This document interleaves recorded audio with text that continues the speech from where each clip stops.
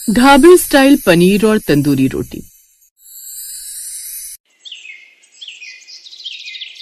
बिरजूपुर गांव के किनारे बसे एक बड़ी हवेली जैसे घर में रघुनाथ अपने परिवार के साथ रहते थे। उनके घर में बड़ा सा आंगन, कई कमरे और एक पुराना तंदूर पड़ा था जिसे सालों से किसी ने हाथ नहीं लगाया था। रघुनाथ प्रसाद का बेटा अनूप हाल ही में ब्याह कर बहू अंकिता को घर लाया था। अंकिता शहर से आई थी। वो पढ़ी लिखी और समझदार थी, लेकिन सास शांति देवी को लगता था कि नई बहू केवल दिखावा करती है, कामकाज में उतनी माहिर नहीं है। बहू, ये क्या बना रही हो? मम्मी जी, ये कॉफी है, आप पियेंगी? नहीं नहीं, मुझे ये सब पसंद नहीं। मैं तो अपनी देसी चाय ही पीऊंगी, मसाले वाली। तेरी कॉफी सॉफी बन गई हो तो हट परे, मैं अपने लिए चाय बना लूं। ऐसा कहकर शांति देवी खुद ही चाय बनाने लगती है। क्योंकि उसकी बहू नई नई शहर से आई थी, इसीलिए वो उसे कुछ खास पसंद नहीं करती थी। उसे लगता था कि शहरी लड़कियां बस माँ की गुड़िया होती हैं, जो बस अपने चेहरे पर लाली पोत न जानती हैं और कुछ नहीं। ऐसे ही समय बीता। एक रोज सुबह सुबह शांति देवी आंगन में बैठकर पड़ोसन से बातें कर रही थी। अरे बहन, आजकल की लड़कियां क्या जाने रसोई का काम। हाथों में चूड़ियां, होठों पर लिपस्टिक, बस यही सब आता है। और उस फोन में इनसे ठुमके लगवा लो और कुछ थोड़ी इनको आता है। सही कहा बहन, तभी तो आजकल की बहुओं के हाथों में स्वाद ना होता, क्योंकि ये तो खाना बस बोझ समझकर करती हैं, दिल से करना ही नहीं चाहती। अगर खाना प्यार से, दिल से बनाए तभी तो खाने में स्वाद आएगा। वो दोनों बातें कर ही रहे थे कि उसी समय ऊपर बालकनी में खड़ी अंकिता उनकी ये बातें सुन लेती है। उसने ये ताना सुन लिया लेकिन कुछ बोली नहीं। वो चुपचाप से रसोई में गई और सबके लिए आलू के पराठे सेकने लगी और कुछ देर बाद सबको खाना परोसा। उसके हाथ के बने पराठे इतने मजेदार थे कि एक के बाद एक शांति देवी 4 पराठे डकार गई।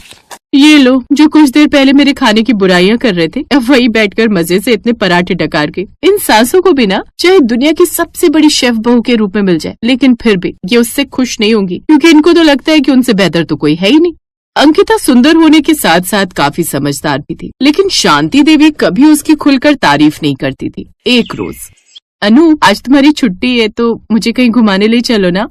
अरे यार अंकिता, एक दिन तो मिलता है फैक्ट्री से, नहीं तो रोज 100 मजदूरों के साथ माथापच्ची करते रहो। तो मैं भी तो सारा दिन बोर हो जाती हूँ घर पर।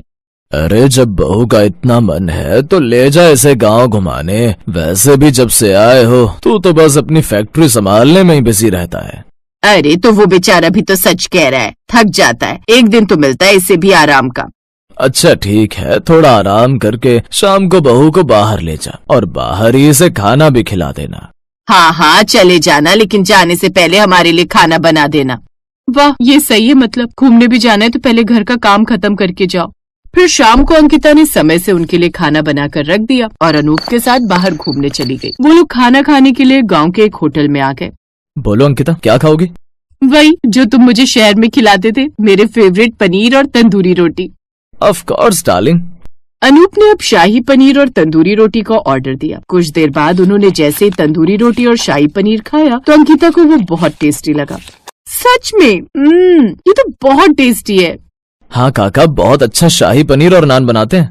खाना खाकर वो लोग घर। ऐसे कुछ दिन बीत गए। अंकिता को ढाबे वाले शाही पनीर बड़ा ही अच्छा लगा। उसे जब कभी मौका मिलता तो वो अनूप के साथ उसे खाने चली जाती। और इसी तरह उसने अब गांव के उस ढाबे वाले बंसी काका से शाही पनीर की रेसिपी भी पूछ डाली। ऐसे कुछ दिन बीत गए। एक रोज, लो, जिस बात का डर था वही हुआ।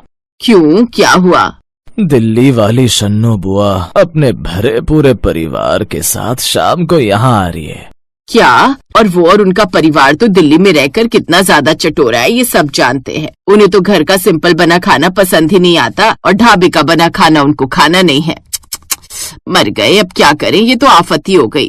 तभी अंकिता आगे बढ़ी और बोली, बाबूजी आप चिंता मत कीजिए, आज मैं सबके लिए कुछ खास बनाऊंगी। अच्छा, ऐसा क्या बनाएगी तू? आप बस देखते जाइए माँ जी। सुनो, आज हम सबको ढाबा स्टाइल पनीर और तंदूरी रोटियां खिलाएंगे। तुम्हें ये सब बनाना आता है?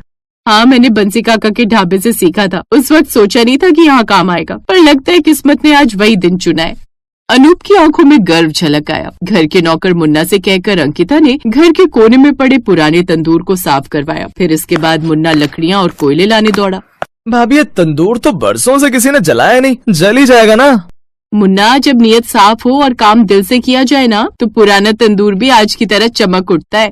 अंकिता रसोई में गई और उसने प्याज, अदरक, लहसुन और टमाटर का गाढ़ा पेस्ट बनाया।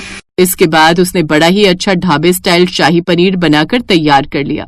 इसके बाद बारी आई तंदूरी रोटी की। उसने दूसरी ओर आटे की लोई बेल कर तंदूर की दीवार पर चिपकानी शुरू की। भाभी ये तो जादू है, देखो कैसे रोटियां फूल रही हैं। अब शन्नू बुआ भी अपने परिवार के साथ वहाँ पर आ चुकी थी। इतने सालों बाद अपने मायके में रखे तंदूर को जलता देख वो बड़ी खुश हुई, क्योंकि इससे पहले उनकी माँ ही उस तंदूर पर तंदूरी रोटी बनाती थी। तो वहीं बाहर खड़ी गांव की कुछ औरतें ताने कसने लगी। देखते हैं शहर की बहू कितनी काबिल है। शांति भी मन ही मन सोच रही थी, अगर बहू से कुछ गड़बड़ हो गई तो मेरी नाक कट जाएगी। लेकिन अंकिता बिना डरे काम करती रही। जब सब्जी पककर तैयार हुई और तंदूरी रोटियां सुनहरी होकर बाहर आई और थालियां सजाकर मेहमानों के सामने रखी गई। अरे वाह, ये तो सचमुच ढाबे स्टाइल स्वाद है। अब सभी मेहमान उंगलियां चाटते रह गए। सबने अंकिता की खूब तारीफ की। बड़ी खुश नसीब हो शांति, जो तुझे इतनी संस्कारी बहू मिली है। ये सब शांति देवी हैरानी से देख रही थी। उन्होंने खुद एक खौर खाकर देखा। बहू, मैंने तुझे कभी समझा ही नहीं। तूने तो आज पूरे घर का मान रख लिया। सच कहूँ तो तेरा बनाया खाना मेरे जीवन में पहली बार इतना स्वादिष्ट लगा। इतना बढ़िया खाना मैंने आज तक नहीं खाया। अंकिता ने झुककर सास के पैर छुए। माँ जी, आपका आशीर्वाद ही मेरी असली ताकत है। मैं चाहती हूँ कि ये घर हमेशा स्वाद और खुशबू से महकता रहे। सब मेहमान उसके बनाए हुए खाने से खुश हो गए। इतने लोगों का खाना अकेली शहरी बहू ने बनाया। अब ये बात अगले दिन गांव भर में चर्चा का विषय बन गई थी। अरे शांति की बहू तो कमाल की निकली, ढाबे वाला स्वाद घर पर बना दिया, ये तो बड़ी बात है। अनूप भी अपनी पत्नी के इस कारनामे से खुश था। अंकिता की आंखों में चमक थी। उसने एक साधारण खाने को अपनी लगन और हुनर से ऐसा रूप दिया कि सबका दिल जीत लिया।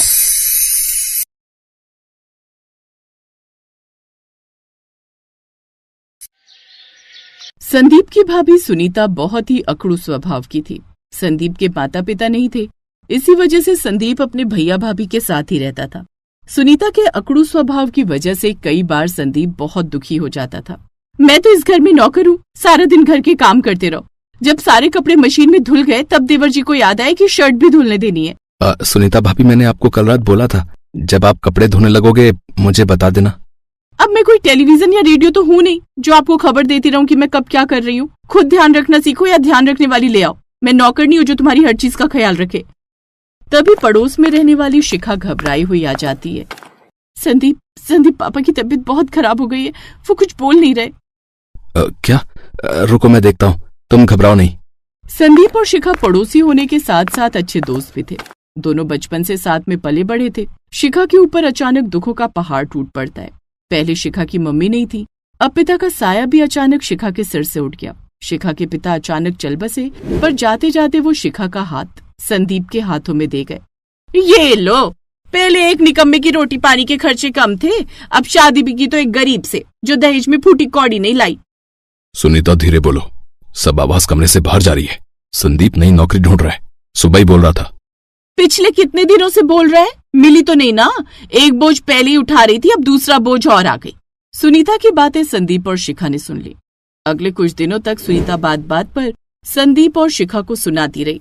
सब्जी खत्म हो गई है, इसलिए तुम दोनों नमक से ही रोटी खा लो। अब ये तो है नहीं कि हम अपने हिस्से की सब्जी भी तुम्हें दे देंगे। वैसे भी सब्जियां बहुत महंगी हो रही हैं, और तुम दोनों जानते हो तुम्हारे भैया अकेले कमाने वाले हैं और घर में खाने वाले हम 4 लोग हैं। अब तो इतनी महंगाई हो गई है कि बच्चों के लिए दूध ब्रेड भी नहीं खरीद पाती हूँ, क्योंकि तुम दोनों की वजह से खर्च दुगना हो गया है। थोड़ा सोचो और कोई काम करो। सुनीता भाभी, मैं जब से शादी होकर आई हूँ मैं यही सुन रही हूँ कि हम दोनों आप पर बोझ हैं। मुझे बुरा लगता है जब आप ये बातें बोलते हो। संदीप जी, हम दोनों अब यहाँ नहीं रहेंगे। बेकार में हमारी वजह से भैया भाभी परेशान हो रहे हैं। मैं आपको बोल रही हूँ ना, आप मेरे साथ मेरे घर चलो। अभी उस घर का किराया बाकी है, हम आगे बढ़ा देंगे किराया, पर मैं ताने सुनकर यहाँ नहीं रह सकती। नहीं सुने जाते तो चले जाओ ना दोनों। ठीक है शिखा, अब से हम तुम्हारे घर रहेंगे। और फिर संदीप ने अपना घर छोड़ दिया और बराबर में शिखा के घर जो किराए का था उसमें रहने लगा। पर काम करना जरूरी था। सुनो, तुम पापा का ही काम कर लो। पापा बाजार में मटर पनीर की सब्जी और पूड़ी बेचा करते थे। पापा को मार्केट में सब जानते हैं। जैसे पापा काम करते थे मैं वैसे ही तुम्हें बता दूंगी। कम से कम कोई काम तो शुरू होगा। तुम्हें कितनी परेशानी हो रही है शिखा?